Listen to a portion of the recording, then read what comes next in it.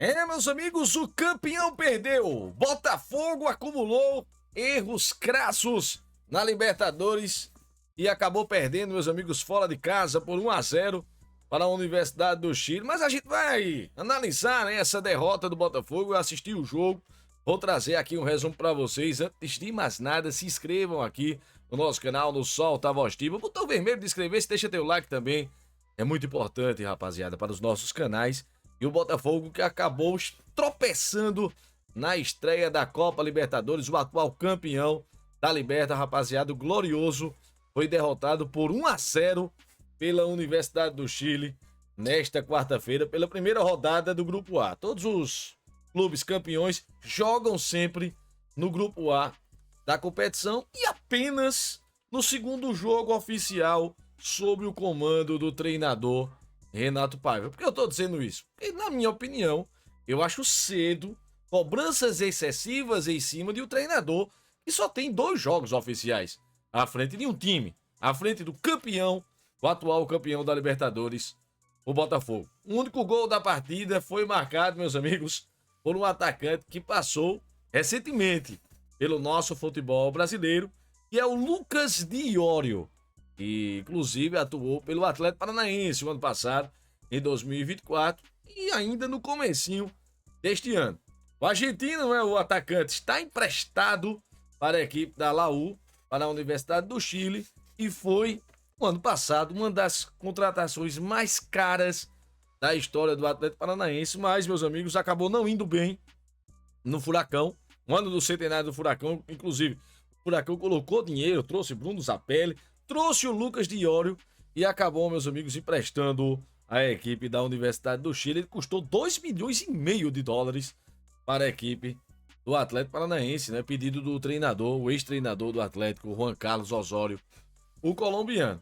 Então, meus amigos, passou por um longo jejum no Brasileirão, perdeu o gol nas retas finais aí do Brasileirão, no rebaixamento do Atlético Paranaense, e justamente agora, em 2025, o argentino, emprestado pelo Atlético Paranaense, faz um gol, o gol da vitória contra a equipe do Botafogo. Agora vejam só, ele chegou no começo do ano de 2025 na Laú, na Universidade de Chile, e já marcou 5 gols em 7 partidas pelo clube chileno. Mas a gente vai falar um pouquinho do jogo, né? Já trouxe aqui um resumo sobre quem marcou o gol em cima do Botafogo, para a gente poder entender o que foi que aconteceu com o Fogão, rapaziada. Então, apenas nesse segundo jogo, né, comandado por Renato Paiva, o Botafogo até teve bons momentos no primeiro tempo. O time mostrou uma certa organização tática e criou algumas oportunidades de gols, mas pecou em algumas decisões erradas e passes errados ali, vamos dizer, no terço do campo, né, ali perto do ataque. O Botafogo errou passes ali que não é normal os jogadores de frente perderem essas jogadas. O Botafogo entrou desfalcado, né, do Savarino, um desfalque de última hora, não viajou inclusive para o Chile e fez muita falta a equipe de Renato Paiva. É o cara que pensa no meio de campo do Botafogo, é o cara que organiza as jogadas. Com a saída de Thiago Almada, ficou a responsabilidade, toda a responsabilidade da criação em cima do Savarino. O Savarino dividia isso com o Almada, né, e também as arrancadas de Luiz Henrique. O Botafogo não tem mais nem Almada e nem Luiz Henrique. O Arthur não jogou como titular, eu até estranhei, porque ele foi bem contra a equipe do Palmeiras. O Renato Paiva escolheu o Matheus Martins, não sei por que realmente ele não entrou com o Arthur. Realmente foi uma escolha do treinador para esse jogo, ele deve ter estudado a Universidade de Chile e resolveu entrar com o Matheus Martins. E além disso, rapaziada, o Botafogo deixou espaços para a Universidade do Chile no começo do primeiro tempo, até ali, próximo ao final do primeiro tempo, o Botafogo já tinha corrigido, né, o posicionamento de alguns jogadores, já não deixava tantos espaços para a equipe chilena atacar a equipe do Botafogo. Mas aí o jogo virou, né? Foi do primeiro tempo para o intervalo. Na volta do segundo tempo, o Botafogo começou a dar mais espaços novamente, já tinha corrigido no primeiro tempo, voltou a dar espaços novamente à equipe da Universidade do Chile. Mas o Botafogo se lançou ao ataque e o time de Renato Paiva ficou ainda mais espaçado.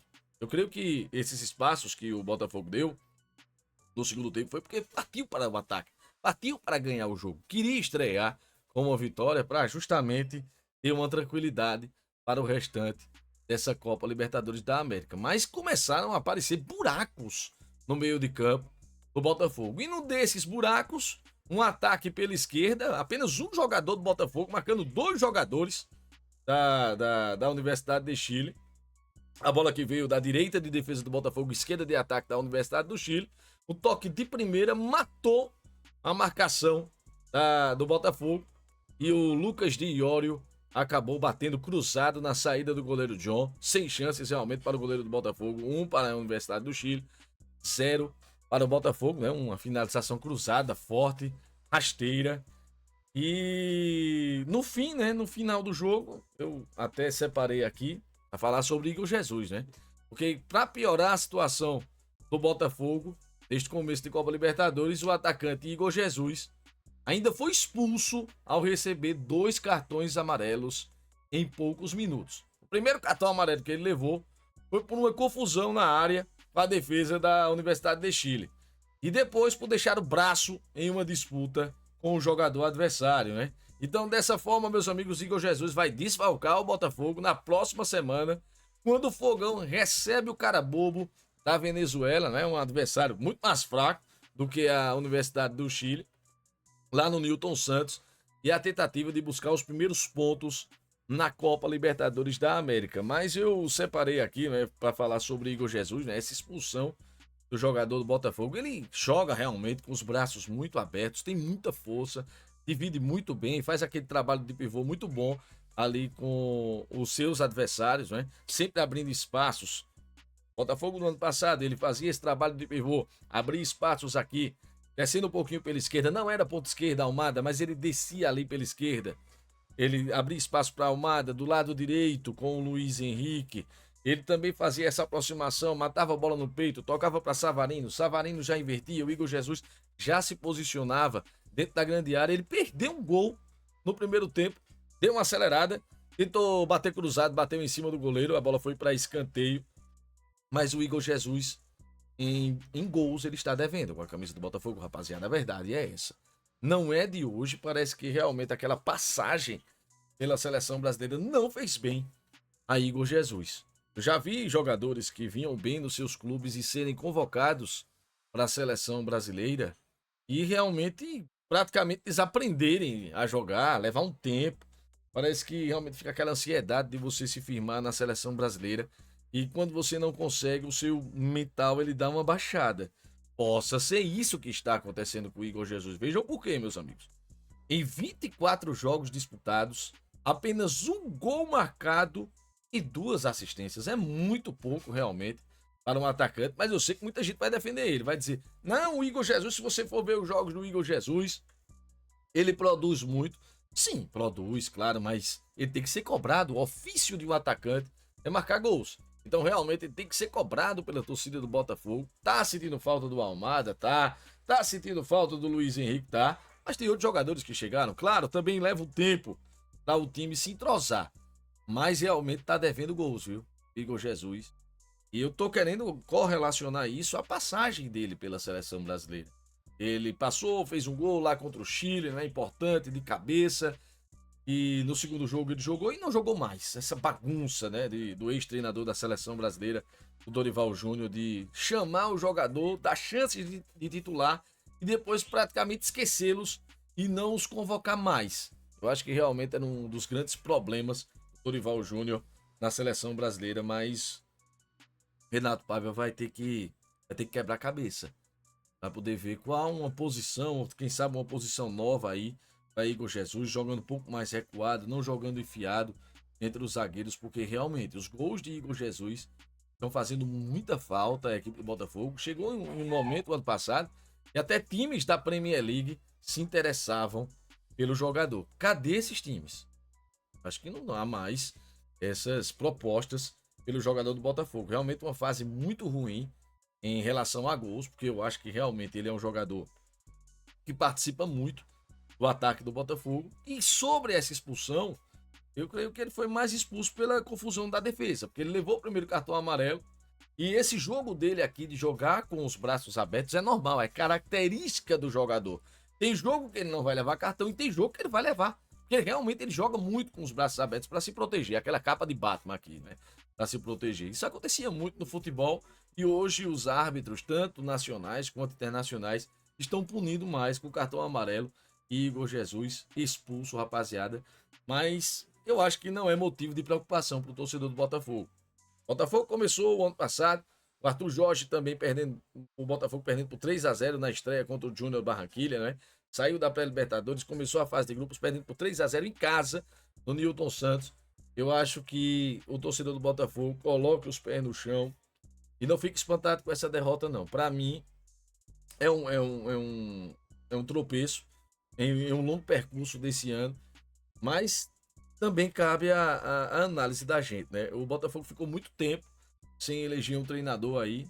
Mais uma vez, né? Quem sabe a fórmula deu certo no ano passado, mas não é sempre que vai dar certo. Então fica aqui somente uma advertência, né? A SAF do Botafogo, porque realmente essa temporada o Botafogo perdeu a Recopa Sul-Americana, né? Foi eliminado do Campeonato Carioca, que faz pouco caso realmente o John Textor. Perdeu a Supercopa do Rei para o Flamengo. E muitas dessas oportunidades faltou um treinador. Renato Paiva começou agora, fez um bom jogo contra o Palmeiras, fez um bom jogo em determinados momentos contra a equipe da Universidade do Chile. O resultado ainda não veio, né? 2 jogos, um empate e uma derrota, mas é muito cedo cobrar o treinador ainda. Foi o escolhido o Renato Paiva, eu até... assim, rapaz, Renato Paiva, eram tantos nomes, mas... Também a gente tem que dar um voto de confiança. Eu vi o Botafogo fazendo um bom jogo contra a equipe do Palmeiras. Não é nada demais, rapaz. Não é nada demais, faz parte. Eu acho que ele tem que ter mais jogos, né? Passar por mais experiências aí com essa equipe do Botafogo e formar para poder lutar novamente por Campeonato Brasileiro, Copa Libertadores da América, quem sabe também Copa do Brasil. E aí, rapaziada? É para já pensar tem uma dor de cabeça, uma preocupação? Ou foi do jogo? Faz parte. Uma derrota na estreia, um nervosismo.